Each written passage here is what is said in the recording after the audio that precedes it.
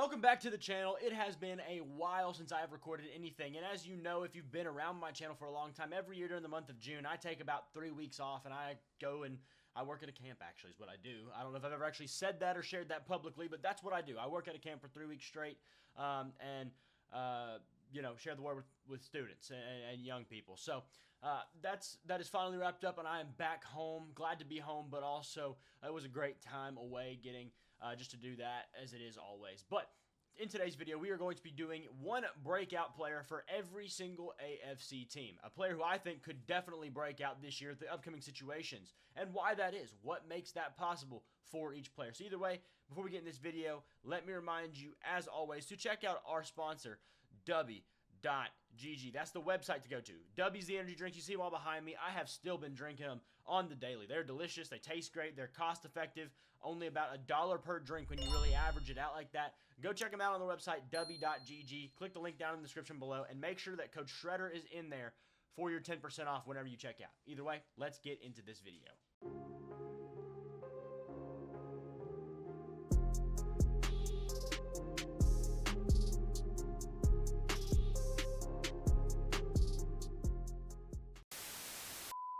Today we will do the AFC, and another day we will do the NFC. I'll have those coming out relatively soon, following each. But if you are an AFC fan, stick around. This is your conference here. And if you are an NFC fan, well, hey, check and see what the competition around the league may look like with these players breaking out potentially this coming season. Either way, let's start with the Bills in the AFC East. The Bills, I think their best breakout opportunity will come from none other than running back Ray Davis. We obviously know James Cook has his issues with his contract, and he wants to be paid $20 million a year. Nowhere does he afford that. If you know my channel and me, you know I am not a very big James Cook fan. I think he's good. I think he's fine. I just don't think he's great. He's not a top 5, 10 running back in the league, in my opinion. He is a very average running back. And, in terms of averages is in terms of starting, right? He's not a backup. He's a starter. But in terms of starter rankings, he's probably somewhere between 13 to 17-ish in that ballpark. I'm just kind of going off the top of my head. He's not special. That's for sure. He plays on a team that helps him do a whole lot. But Ray Davis, let's talk about him. Ray Davis is going to be a very nice addition to this backfield. Obviously, last year he got in sometimes and was a productive running back nonetheless. I think you'll look at this year, seeing James Cook in his situation. If he holds out, if he doesn't, Ray Davis may still become the future back for the Bills offense, and that's going to be a big change. I think this year could make a big point for that to continue growing. For the Miami Dolphins, in this same division, we're going to go by division in these as we usually do. I have a cornerback on this one, and this is Cam Smith. Obviously, he was a high-end draft pick just a couple years ago, and a lot of times breakouts happen when they need to happen. And this guy is in a spot where he is going to be needed to break out because Jalen Ramsey is obviously on his way out of Miami. Yes, we haven't seen a trade yet. Could he stay? He could. However, I think at this point with the situation and where it's at, I don't see any reason why you'd expect him to be there long term. I think Cam Smith is a guy who will step up in the coming absence of Jalen Ramsey. Now, when does that happen? Does it happen before the season? If so, Cam Smith is your breakout guy. Does it happen at the trade deadline? Maybe so. If so, Cam Smith may still be your breakout guy. Doesn't really change that much. My whole point here is Cam Smith is a high-profile prospect coming out of South Carolina as a cornerback that has not done a whole lot in this point in his career, and he will get a chance to shine with Jalen Ramsey on his way out. Moving on to the Jets, and this one is an interesting one. This one was the one I had a lot of trouble picking which guy I wanted to go with. I went with receiver Malachi Corley entering his second year. They have a new quarterback, and that's Justin Fields. If you know me, I think Justin Fields absolutely sucks. There's one thing that Justin Fields does like to do a whole lot, though, and that's check the ball down. He is one of the highest check down rates in the league. He has a very limited arsenal of passing ability and threat. For him, it is a let's panic, run around, and we might get the ball out to somebody who's close to us. But airing the ball out, while he is talented and has a strong arm, he doesn't really have the most accurate deep ball or the ability to really read the field in general. I think Malachi Corley, in the role he could play in this Jets offense, is a role that will be closer to the line of scrimmage, meaning he'll be there. He'll be available for Justin Fields to use. I think you'll have Garrett Wilson working your intermediate routes and a lot of those things, which he's Garrett Wilson. He'll be utilized, no doubt about it. But then you'll have your deep threat. If it's Lazard, if it's whoever, I don't know. But the point is, I think your short to intermediate guy is going to be Malachi Corley, and that'll be something that Justin Fields is very often known to use and just make apparent in his offenses. Moving on to the New England Patriots, the final team in the AFC East. This one is a bit more of an exciting one, and this is Drake May. If you were around my channel last year, you saw my draft content. I always rank my quarterbacks, do things like that. And Drake May, to me, was the second best quarterback coming out of college last year, and I'm still not opposed to that.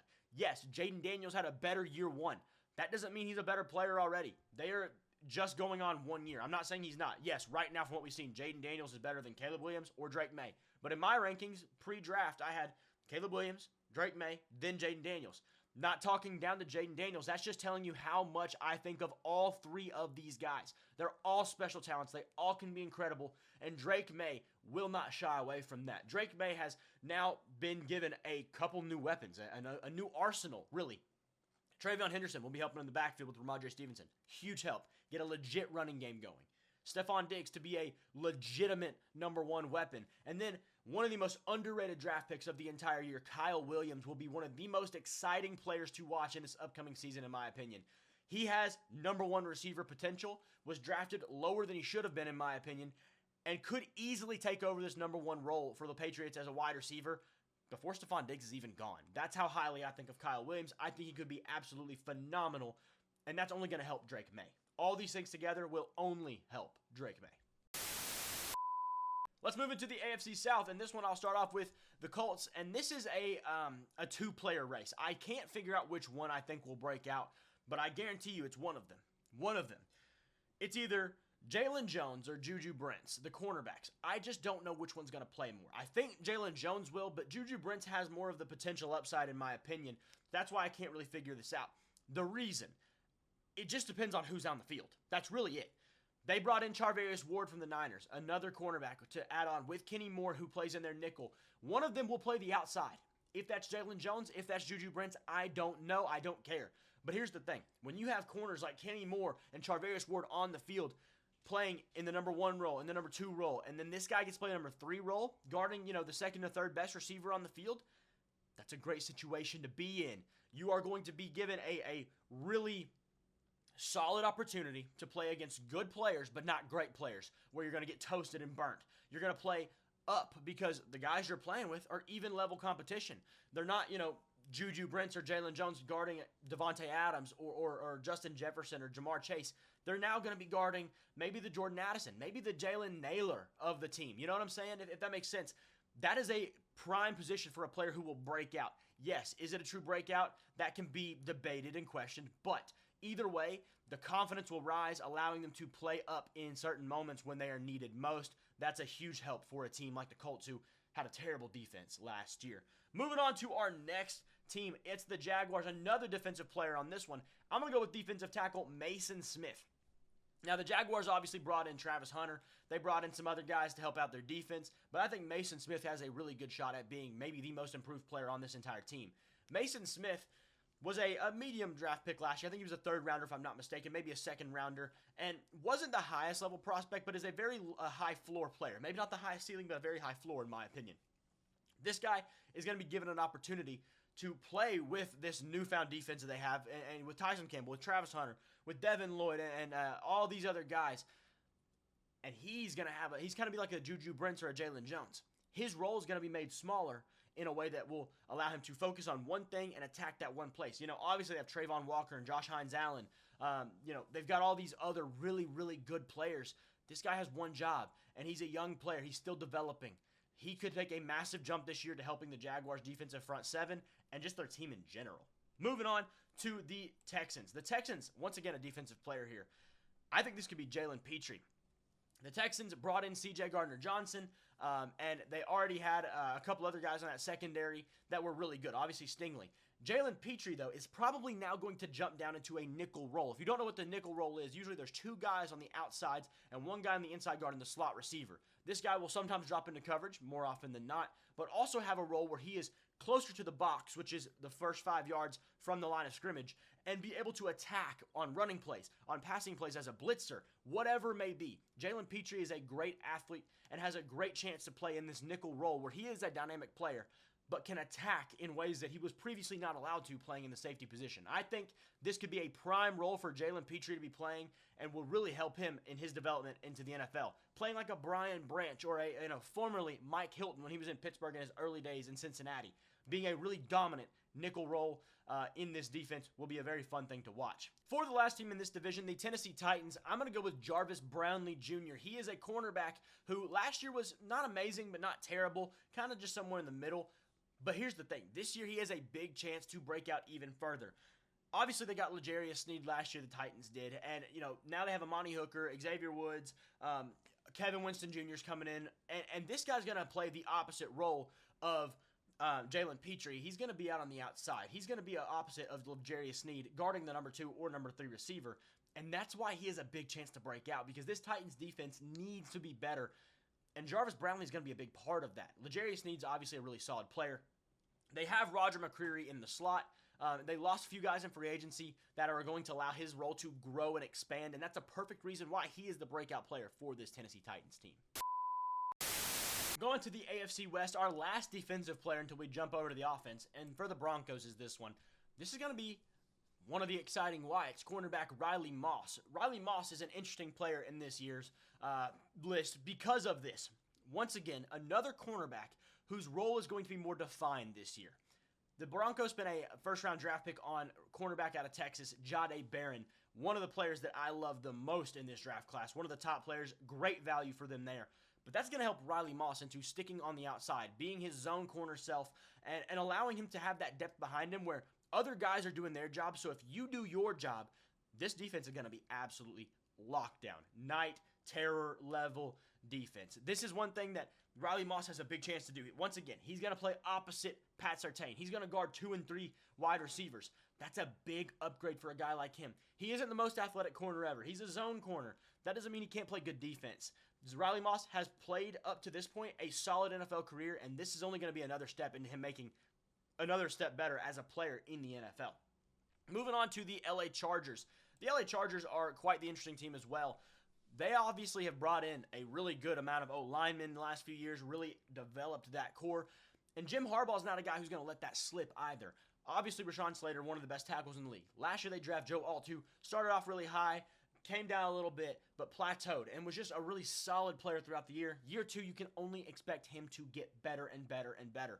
Zion Johnson, another high-end draft pick they got. The rest of their line is still pretty decent as well. They bring in Mekhi Becton. And right now, to be honest, I'm not really remembering who their center is. But that's 4 really solid offensive linemen. 4 of them out of 5 of them. I'll have to look it up in a minute who that is. But the breakout player here is Najee Harris. Najee Harris has been an overhated running back in my opinion. Yes, I'm a Steelers fan, but that doesn't mean anything here. Most Steelers fans hate Najee Harris. They think he was a waste of a draft pick. They think he was a bum. And I just think it's farther from the truth than it's possible. Najee Harris was a really solid running back, never losing or getting under 1,000 yards in a season. Very dynamic. In his first year with Ben Roethlisberger, he was able to catch a lot of passes, and I think that is the best role for Najee. He is a do-it-all back, and you've got to let him do it all. That's one thing that I think this team could do this year. I know they drafted Amarian Hampton. I could see a role where he doesn't really get on the field a whole lot other than just to let Najee breathe. I think Najee could be this number 1 back. He could be a bell cow back, and they let Amarian Hampton really develop this year and get his wheels under him. So that way, after this one-year deal with Najee Harris is up, they give Najee his go out. He goes and finds another team where he's going to get a big payday, and Amarian Hampton comes in as their running back for the future. But Najee Harris, I don't see a reason why this guy can't get 12 to 1,300 yards rushing this year with this Chargers O-line. This is a better O-line than he ever had in Pittsburgh, and that is not even close. The 2 tackles here are better than any 2 players he had in Pittsburgh, and it's simply not close. The Pittsburgh line was once amazing. It has not been amazing for the last few years, and Najee's going to see the difference when he gets on that field come September. For the Kansas City Chiefs, here's a very fun yet frustrating one, and this is going to be a little bit different than the rest of them. This is an offensive lineman. This is second-year player Kingsley Suamataia. If I said that right, I don't know. But right now, he has been moved from a tackle to a guard, and that is a role that I think he will very much fit better than he once did at tackle. Kingsley Suamataia is 6'4", 330 pounds nearly, and right now he's listed as their backup, I think, left guard behind player Mike Caliendo. Mike Caliendo is not special Kingsley Suamataia was a second-round draft pick, if I'm not mistaken, maybe third, and has a chance to take over that role after the absence of guys like Nick Allegretti left for Washington, things like that. They keep turning over this guard spot. More recently, Joe Thuney going to Chicago. But this is a role where it's one of the most frustrating things in the NFL. The teams like Kansas City, who seem like the rich get richer, they get this guy who is a pretty solid prospect, but has his little question marks around him, and he comes in, they change his role, make him something he's never done before, and he becomes an All-Pro. Watch it happen, man. Kingsley Suamataia, this would just make so much sense for it to happen, and I kind of hate it, but it's just, I can't really say it's not true. For the LV Raiders, Las Vegas now, not LA, almost did say that. It's a safety, and that's Isaiah Pola-Mao, the nephew, I believe, of Steelers legend Troy Polamalu. This guy has a chance to rise to the occasion as well as some of the other guys on this list, mainly for the fact that his starting safety left town. Trayvon Moehrig is now a member of the Carolina Panthers, opening up the hole for Isaiah Pola-Mao to come in and make plays. He is going to take in that Trayvon Moehrig role where he's going to be that free safety back there, using old Uncle's abilities to just tip the ball to himself from angles that never seem possible, and I think that's very possible. Isaiah Pola-Mao was a very interesting player coming out of USC. Solid production in college, but just never really hit that peak, it didn't seem like. Now he has a chance to do something for the Raiders, which this defense that the Raiders have is pretty good on paper. They just have to get the job done on the field. Let's see if that happens, and Isaiah Pola-Mao could be a breakout candidate for the Raiders this season. Sometimes players break out of absolute necessity, and that's what I think is going to happen to the Bengals this year. Their breakout player is Myles Murphy, former first-round pick out of, I believe, Clemson, if I'm not mistaken. I don't know why that's confusing. I'm pretty positive that is it, but now I'm doubting myself. Anywho, Myles Murphy was drafted as a first-rounder in the 20s range. I don't remember what pick exactly, but mid-late 20s, I believe, and hasn't really seen the field a whole lot, mainly because they had guys like Sam Hubbard and Trey Hendrickson who were just, absolute cornerstones of their franchise. Guys who were going to be there year in and year out, and, well, now they're not. Sam Hubbard's retired, and Trey Hendrickson may not play for this team ever again. Not to mention, they drafted a first-round player this year who also hasn't shown up to the building. The Bengals are bingling more than the Bengals have ever bingled before, showing that they're one of the worst franchises in the league in terms of management. But, somebody's got to step in the role. Somebody's got to play the position on the field of the left end, right end, whatever you want to call it, edge rusher. Why not Myles Murphy? He was drafted to do this anyways, and he's spent 2 years getting to sit there and learn from guys like Trey Hendrickson, and hopefully that's done something for him. If it has, he is an absolute candidate for this breakout position. Needed as well, because the Bengals defense has sucked, if you haven't noticed. But that's a big question mark as to if he has even learned anything, because Myles Murphy, I think if he'd learned something by now with the first-round pedigree, he would have been on the field. So really, this is kind of me saying I have nobody else to say other than this guy who really should be ready to go at this point, but we'll see if that even happens. Moving on to the Browns, and this one's another necessity. A little bit of an interesting one here. I'm going to go with former Michigan guard Zach Zinter. Zach Zinter is just a dog, man. He was a guy that it's one of those things where, I kind of wanted Pittsburgh to draft him, and then obviously one of our division rivals draft him, and I'm like, this just sucks because I don't want to deal with that. The problem is Zach Zinter has problems staying healthy. He always has and probably always will. But that is also the same reason why I think Zach Zinter could break out, because guess who else has problems staying healthy? Joel Bitonio and Wyatt Teller, the other two guards on this Cleveland Browns offensive line, the position where he plays. I think that is a reason why Zach Zinter will make his way onto the field in the 2025 season and be able to stand out as long as he stays healthy. The talent is 100% there. He is a first-round talent level guard. The problem is he simply cannot stay healthy. If he does that, if he's healthy this year, Zach Zinter could be as high as a Pro Bowl candidate in his first full year of actually playing in the NFL. That's how highly I think of Zach Zinter. Moving on, the Ravens. This one is an edge rusher, Tavius Robinson. Obviously, they have Odafe Oweh. They have Kyle Van Noy, who had a really good year last year. But here's the thing. Kyle Van Noy's been old for 5 years, and he's only getting older. I don't think Kyle Van Noy stays at this level he once was. I don't think that Odafe Oweh has really done a whole lot in his career. I think Tavius Robinson has a big shot to step into roles in spots. He's a little bit less of this breakout, more of this you've got a chance kind of guy. Not really a big breakout, but a little breakout in a way. But he could make himself the next edge rusher for this team once they have to lose Kyle Van Noy or Odafe Oweh, who I'm pretty sure both are off contract after the 2025 season anyways. This could be a big year for him where he establishes a role for himself and then gets himself paid in the long run for this team. Tavius Robinson hasn't done much in his career to this point, but he's absolutely a guy who has the talent and just needs to get himself on the field. If he can do that much, breakout candidate 100%. And finally, for the Pittsburgh Steelers, I got Roman Wilson here. Roman Wilson, obviously the receiver, also out of Michigan from last season, did not play a minute in his freshman year of the NFL, his rookie year, whatever you want to call it. His sophomore season is coming up, and he has a chance to break out. And I think this is a perfect situation for him to break out. The Pittsburgh Steelers brought in, obviously, DK Metcalf to be their one. They sent George Pickens away, and they bring in Aaron Rodgers, a guy who really likes his possession wide receivers, guys like Devontae Adams. And guess what? DK Metcalf is not a possession wide receiver so much. That's what Roman Wilson's going to be for this team. And I think the Steelers drafted Roman Wilson for the fact that he is a gritty, dirty little wide receiver. Not in the terms of hurting people, but in the terms of he will hit people, he will block his butt off, even though he's not that big. He still puts it out on the field, and he puts it out every single play. The Steelers like that. They want to see the run blocking. They want to see the effort plays, and that's exactly who I think Roman Wilson is. And if he is, and he stays healthy, let me say that, this guy is an absolute candidate for a monster season here in Pittsburgh with A-Rod thrown to him. That's going to be it for this video. Those are my breakouts for all of the AFC teams. Which of these teams do you think I have the most accurate prediction? And which of these do you think I'm missing somebody? Let me know down in the comments below. I love to hear your feedback and your comments. I love to talk about ball in the comments as well. This is more of a community than just me. So make sure you leave those down in the comments below, and I will see y'all in the next video.